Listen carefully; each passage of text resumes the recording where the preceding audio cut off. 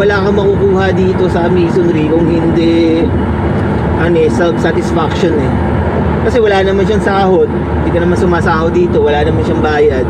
Kaya hindi dito pwede yung mapipilitan ka, hindi dito pwede yung basta gusto mo lang, hindi din pwede dito yung ipifake mo yung nararamdaman mo para kumilos sa masonarya. Kasi para sa akin hindi magiging pure at maganda ang travel ng isang tao kung fake siya sa kanyang ginagampanan at tinatayuan dito sa masonarya.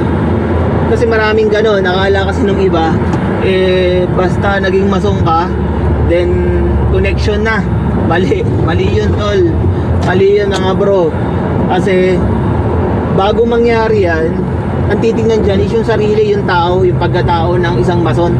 Kasi kahit mason ka, kahit miyembro ka nito, kung bulastog ka naman at masama ang ugali mo, may ganun talagang tao eh. Kaya sinasabi ko, hindi dahil mason ang isang tao mabuting tao na to or okay na tao na to. Hindi ganun. Ang masonry is guide lang to. May ganun, marami. Ako experience ko rin yung mga ganyang bagay. Ganun talaga. Okay din naman at experience ko, syempre, kaysa naman sa hindi mo siya nararamdaman or hindi mo man lang siya na-experience sa buong buhay mo na makasalamuha ng mga ganong klaseng tao. Pero anyway, balik tayo.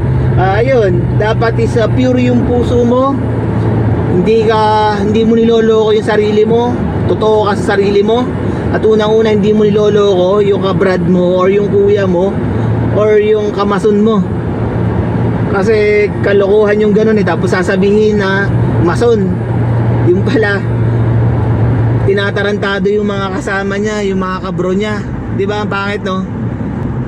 Kung hindi nyo naman siya nararamdaman, kung sa tingin nyo is gusto nyo dahil lang siya, patok lang siya, huwag nyo munang pasukan. Dapat hanapin nyo muna yung sarili nyo bago nyo pasukin ng masonry para hindi siya masayang. Dapat may kakayahan ng isang tao para puntahan at gawin ang mga bagay na yan. Kaya hindi lahat is pwede or hindi lahat is nababatay para sa ganyang mga posisyon. Ibig sabihin, merong mga tao talaga na dedicated sa ganyang bagay.